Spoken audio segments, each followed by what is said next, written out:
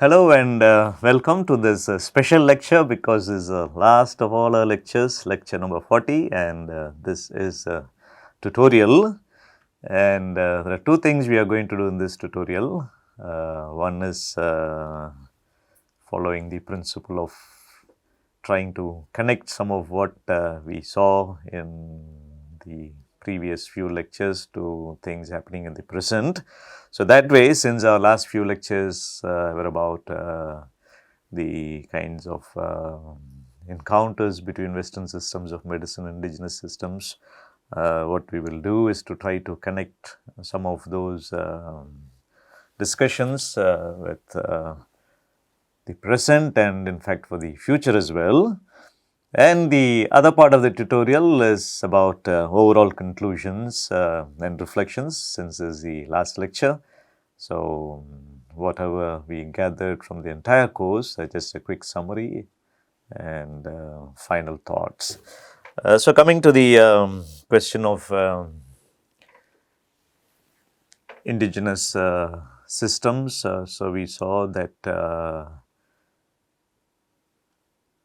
many of them were marginalized and they were caught in the midst of colonial politics. And of course, so they didn't take things lying down, that is the practitioners of indigenous systems of medicine. But one of the important points we noted was that there was not that unified monolithic field we can build, that is indigenous systems all as one. So, there is so much of diversity and there is so much of internal politics. In fact, we even started that set of lectures asking what is indigenous. So, there are several ways in which indigenous itself can be seen. So, that itself is problematic, but within that especially for instance, so some of the mainstream systems within them like Ayurveda and Unani were also worried about who they saw as quacks. So, some kind of a sub-hegemony, so looking down upon the various tribal and folk practices. So, now when we think of doing justice, we have to think of all of them. So, not only the relatively established systems like Siddha or Unani, but also the hundreds of tribal and folk traditions, because the same logic applies that there would be something really fruitful. And also these two kinds of justices, one is epistemological justice. So, those kinds of knowledges also deserve their place under the sun. So, because of the particular situations of the colonial context, there is a lot of epistemological violence, a lot of marginalization, a lot of castigation, a lot of stigmatization, stereotypes. So, now that colonialism is gone, so probably there is a greater chance for doing that epistemological justice, or at least undoing some of the epistemological violence. And similarly, cultural justice, all the cultures have to be given their due place, and medicine has to be seen. In any case, we saw like there's so much of culture attached to medicine, so whether it's here or anywhere.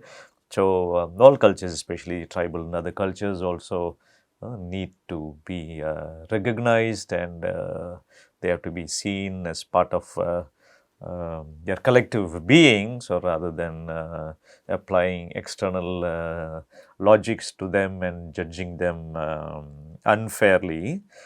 So, at the dawn of independence, one of the questions we could ask, so whether at the dawn of independence or even when modernity and all the offerings of modern science all came to India. So, one of the questions, so starting from Raja Ram Mohan Roy, one can ask if we failed to take certain paths. So, like Robert Frost's famous poem, The Road Not Taken. So, were there some roads that we didn't take, for instance, trying to get the best of both that was coming from outside and trying to take the best of what is inside. And that kind of true hybridization. Of course, scholars talk of hybridity in a different sense, but this kind of true organic hybridization experiments, could that have been done? So anyway, we'll come to that. So here we are talking about generally overall, so not just about medicine. Or was it just prudent at that time just to ride on the existing setup, whatever the colonial state left, rather than, because we had so many other problems. So was it right at that time to try to shake everything to the bottom, like just as in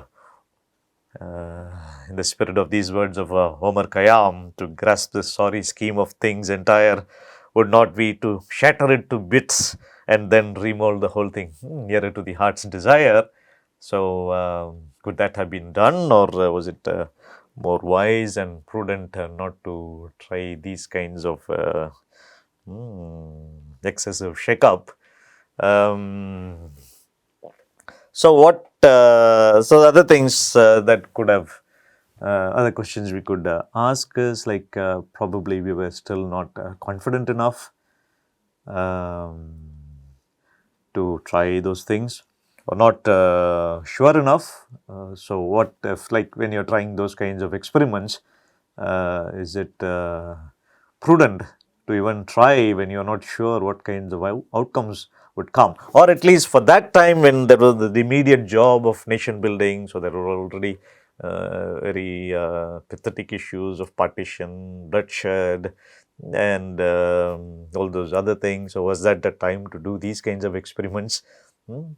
So, or was it better, more prudent, practical to first settle down on some of the more the broader things, and even with regard to these things, settle down with the existing setup.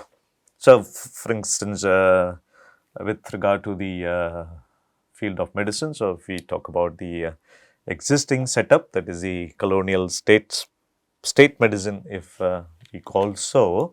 So, of course, we know till the end of the colonial period, so Western medicine was still confined to urban and semi-urban areas, and was majority of the hinterlands were not covered. So, having said that, so we have to say, but still that was among these systems, that of the state supported system, that was a broadly stabilized setup irrespective of the geographical reach. On the other hand, also we have to concede that the alternatives, so because of the kinds of revitalization movements and the protests and the kinds of concessions they got, so the alternatives like Siddha Unani and Ayurveda also had stabilized, but then so they were not part of an all India umbrella. They didn't have that kind of the full backing of the state, so they were more diffuse and diverse. And of course, so we also have to say that soon after independence also, it's not like these were totally junked or marginalized. So starting from special councils for research on these, or centers, so we moved on to departments, and now we have a full-fledged ministry of these alternative systems, the Ministry of Ayush, which includes Ayurveda, Yoga, Unani, Siddha, and also homeopathy, though it came from outside, that all the alternatives to what is now by and large called biomedicine.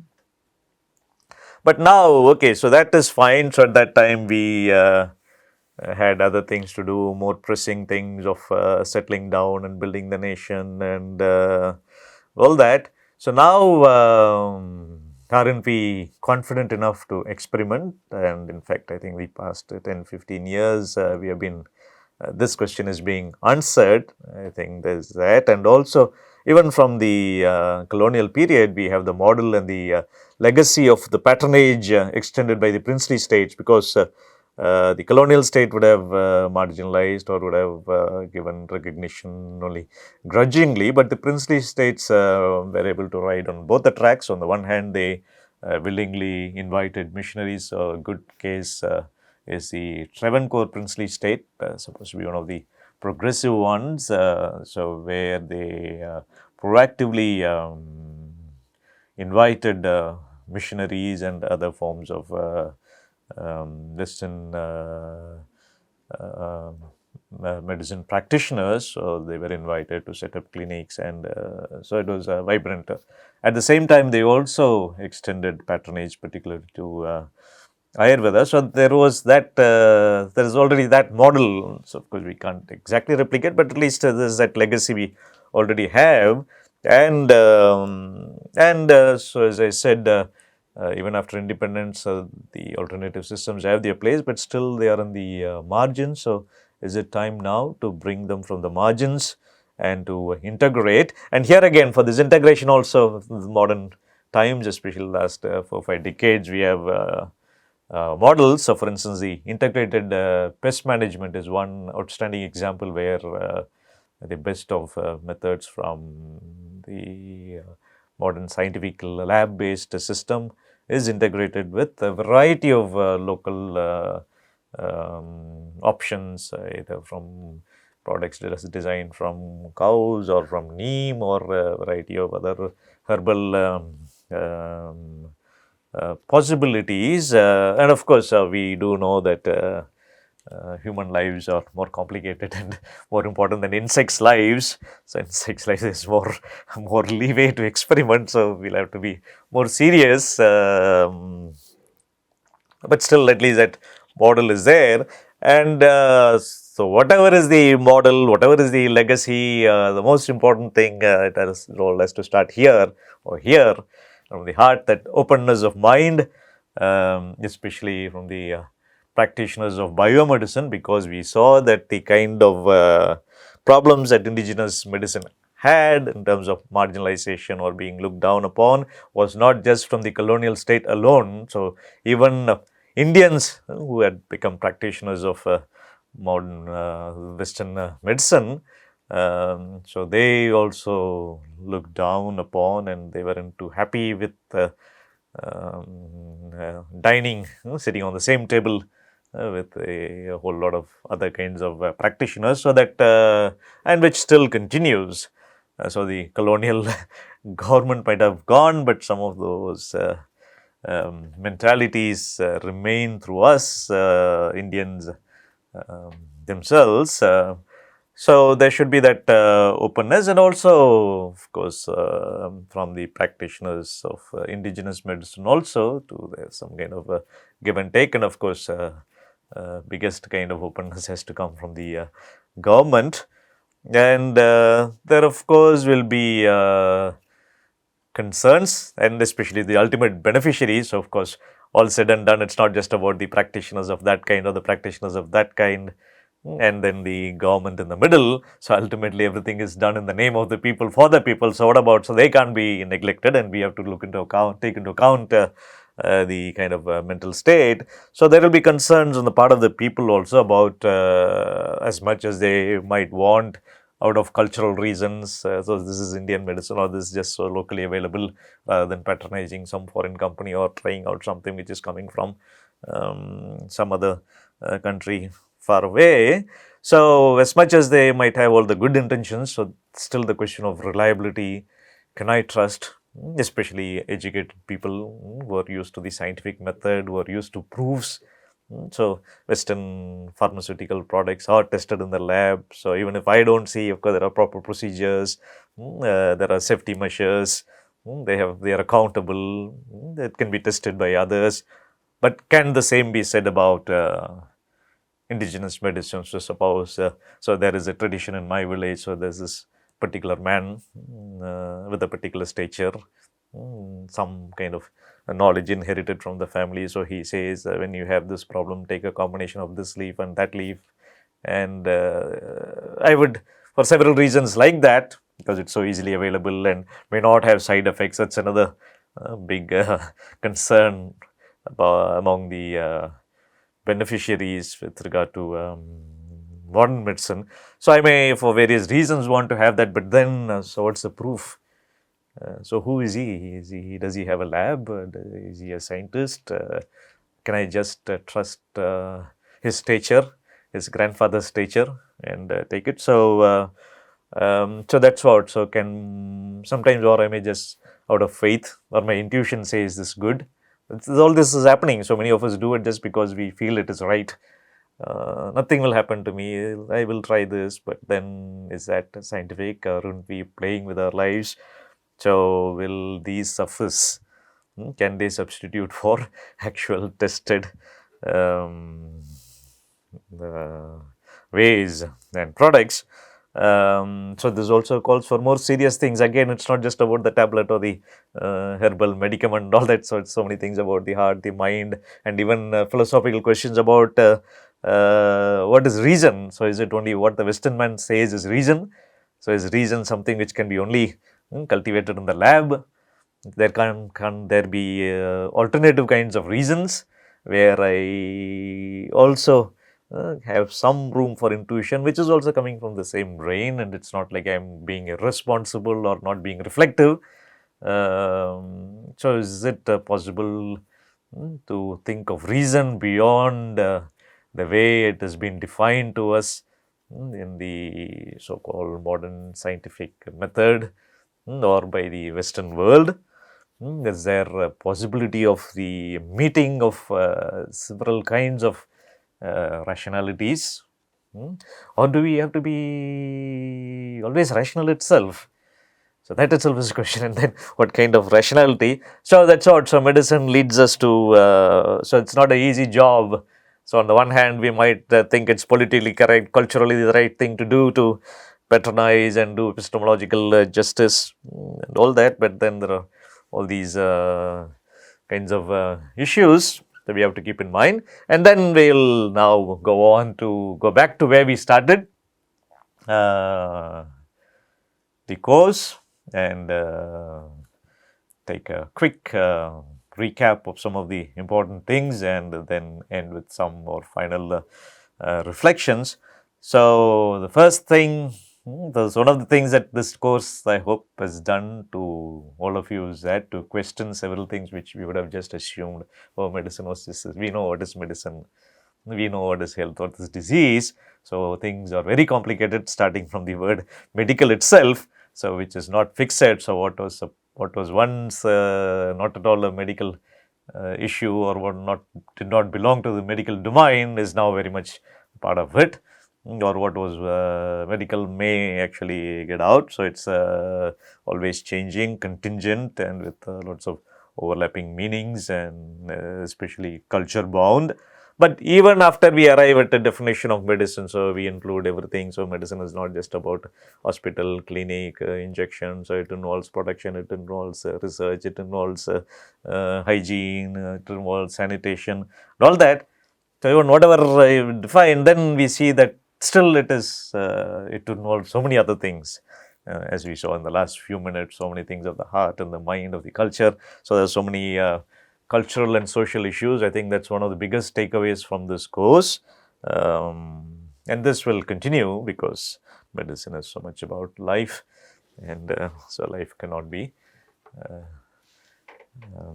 disentangled from culture, and especially the local culture and society and its values. So, therefore, in the colonial context, it became even more a site of cultural contest. So, it was not just medicine, it was more of a battleground, cultural battleground. So, to start with the British generally, so not only in medicine, just generally the British, when they came, they were more open to indigenous cultures and systems, and there are of course very practical reasons for that. So, one was not to upset the apple cart too soon, not to rub on too many wrong shoulders, and also because their primary interests were something else, trading and quick money making, and so this was not their priority. And of course, one important reason was that they were not sure about how long this was going to be. And with regard to medicine itself, there are other practical considerations like local malady, local remedy. So, it's better to use what is available already there instead of importing everything, and probably it's more suited. Nature would have invested in such a way, blessed a particular place with the kinds of remedies that are needed for its own diseases, those kinds of beliefs, and there also not too much of a difference in terms of etiology, then kinds of, for instance, the humoral theory, all that, and there was also appreciation, understanding of the richness of the local materia medica. So, for these reasons, so there was that kind of very positive attitude towards indigenous culture generally and to medicine. But after the 1830s, and once they had settled down, and once they were confident enough, and once they had known that they were there for the long haul, considering the kinds of new territories that they were acquiring, so the way kingdom after kingdom was falling, so they knew that there was a lot to invest, and so therefore, so from the 1830s, so the earlier attitude changed, and they felt more confident to intervene across the board, and they particularly culturally they didn't have the touchiness.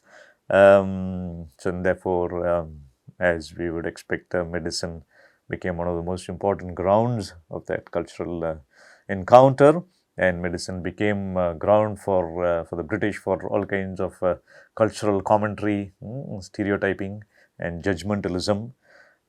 So we have put in here, so these are not quotations, so there are so many different kinds of words we came across throughout the course, so I just put it in one line, but it's not like a one-line quotation. So instead of putting so many quotations, I've just put quotations at the beginning, at the end of each line. So there were all kinds of comments about unhealthy habits, very backward religious customs, totally dirty living styles, unhygienic living styles. So people are such hapless victims of the tropical climate. They could do nothing, so they just slaves of the climate. So therefore, they're enervated, fatigued by heat, sexually hyperactive, lazy, and some are effeminate because they are eating only rice and not meat or wheat. And the problem, the tragedy is that many of that is actually internalized. So people themselves, indigenous people, came to seriously believe some of these things. Of course, they also later on reacted by, they accepted, and then one strain was that, okay, now we have to do something, build virile, strong body. So that was another kind of reaction. Then continuing on the British judgmentalism, so of course some of it was also what in retrospect we feel was right. In fact, not only in retrospect, even at that time itself, Indians themselves, especially the educated elite Indians themselves, felt the that systems like the traditional dye system were to be reformed when better alternatives were available. So Indians themselves felt that it was rather crude, and at least some Indians felt that child marriage was something of a social as well as a medical danger, because some other Indians felt that the colonial state was intruding too much into social life, into matters like marriage. So this is again, so what was once not part of health or medical issue becomes a medical issue. So child marriage. So some were concerned about the medicalization of these kinds of issues, but some of these matters where Indians themselves felt like, as they felt in the case of sati and some of the social evils.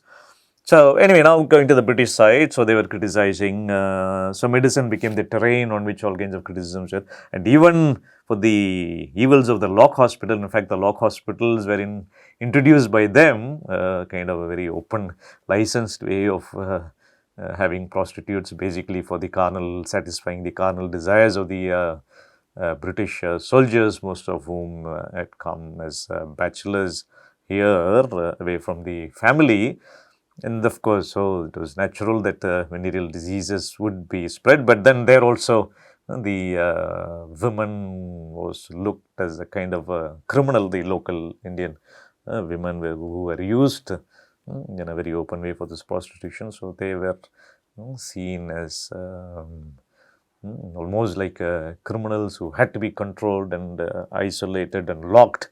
So therefore, so this and this is one example, along with several others, where it was not just about passing stereotypes and judgments, but also created the grounds for controlling the body, isolating the body, like in other epidemics and all that. So those kinds of practices.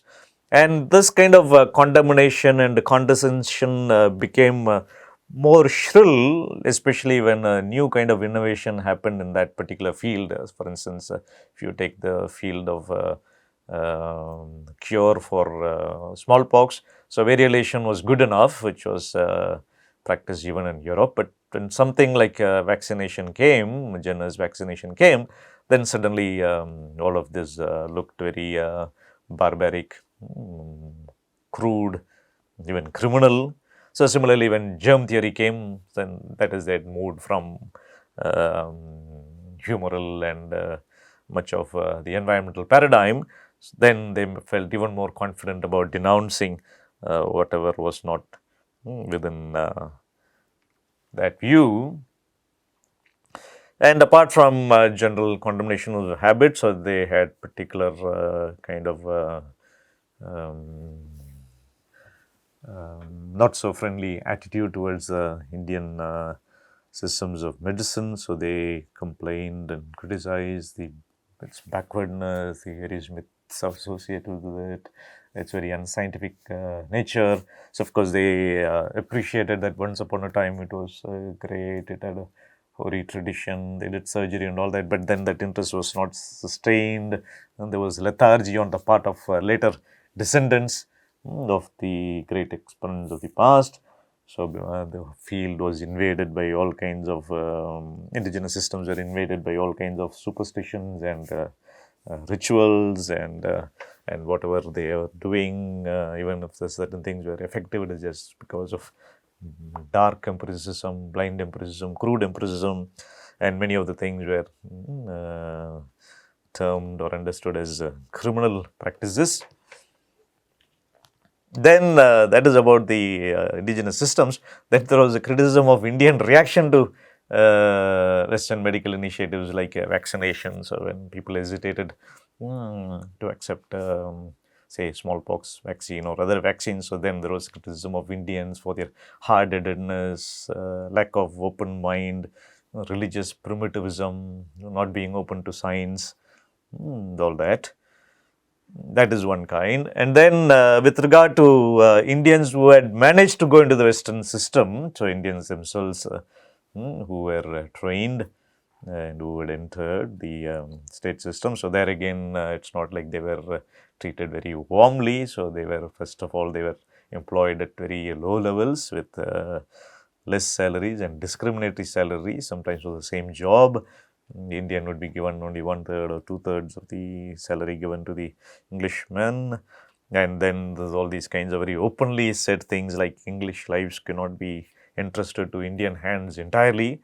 So some, and definitely not to Indian systems of medicine. So even if we pick people from those background, we have to train them. And so even those who were trained in the new colleges and those who managed to write the entrance exam to enter into IMS, so once they entered there, again life was not very easy for the Indians. So they were looked down upon based on race.